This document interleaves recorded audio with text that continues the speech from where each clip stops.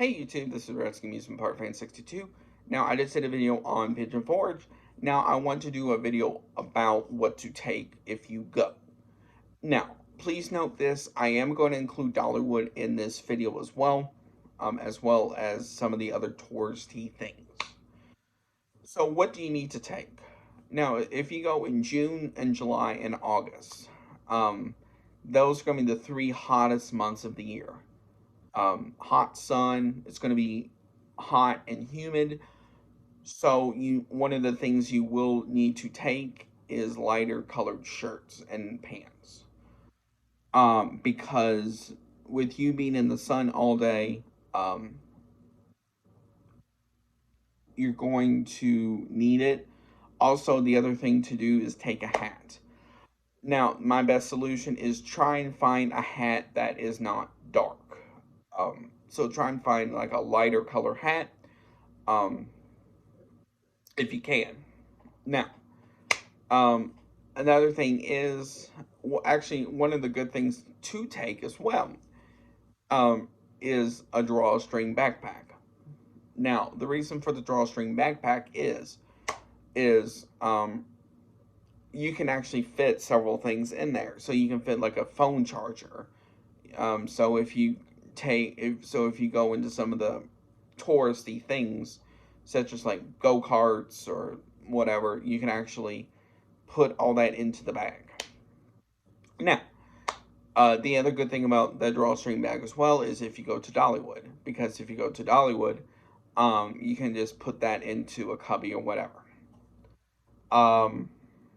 Now, another thing is while you're there, take breaks. Find a place that has air conditioning and like bottled water or bottled soda. I do highly suggest bottled water or something like Powerade or Gatorade. Now, it's fine to drink soda while you're down there, but drink mostly water and Gatorade / Powerade because those will help you more. Now, another thing is if you're going to eat, try and eat early because a lot of those restaurants down there do fill up fairly fast. So keep that in mind.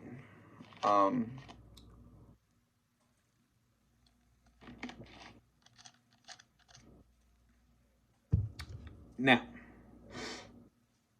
another thing to take as well is actually change. Now, the reason for change is this. Unless you have like a hybrid car or a small car or something in that range, you're going to pay a lot for gas. So, the best thing to do is to take the trolley. Like for Dollywood, that will drop you off almost right at the front of the park, and then it will take you to up and down Pigeon Forge. It will take you into Gatlinburg. It will and some other places.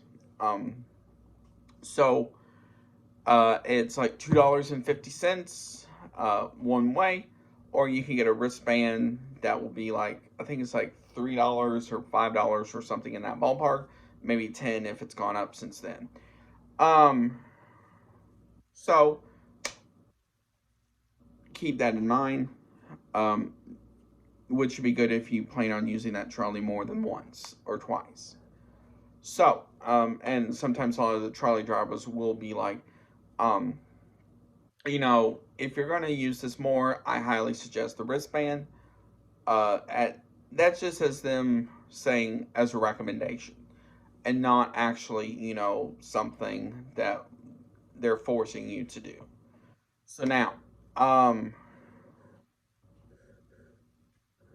another thing is this. Know your limits. Now, what do I mean by this? Know your limits as in know how long you can stay in the heat, how long before you go into air conditioning, how long can you stay in before you need to sit, stuff like that. Just because especially when you go in Pigeon Forge and them, seats are not that common, so you will need to do that. So keep that in mind. Lastly, um, make sure you know what to do um, if you're bored. So if you're bored and there's something you don't like, try and see if there's something that fits you. Now, I understand they're not going to have something for everybody there, but uh, at least try and find something.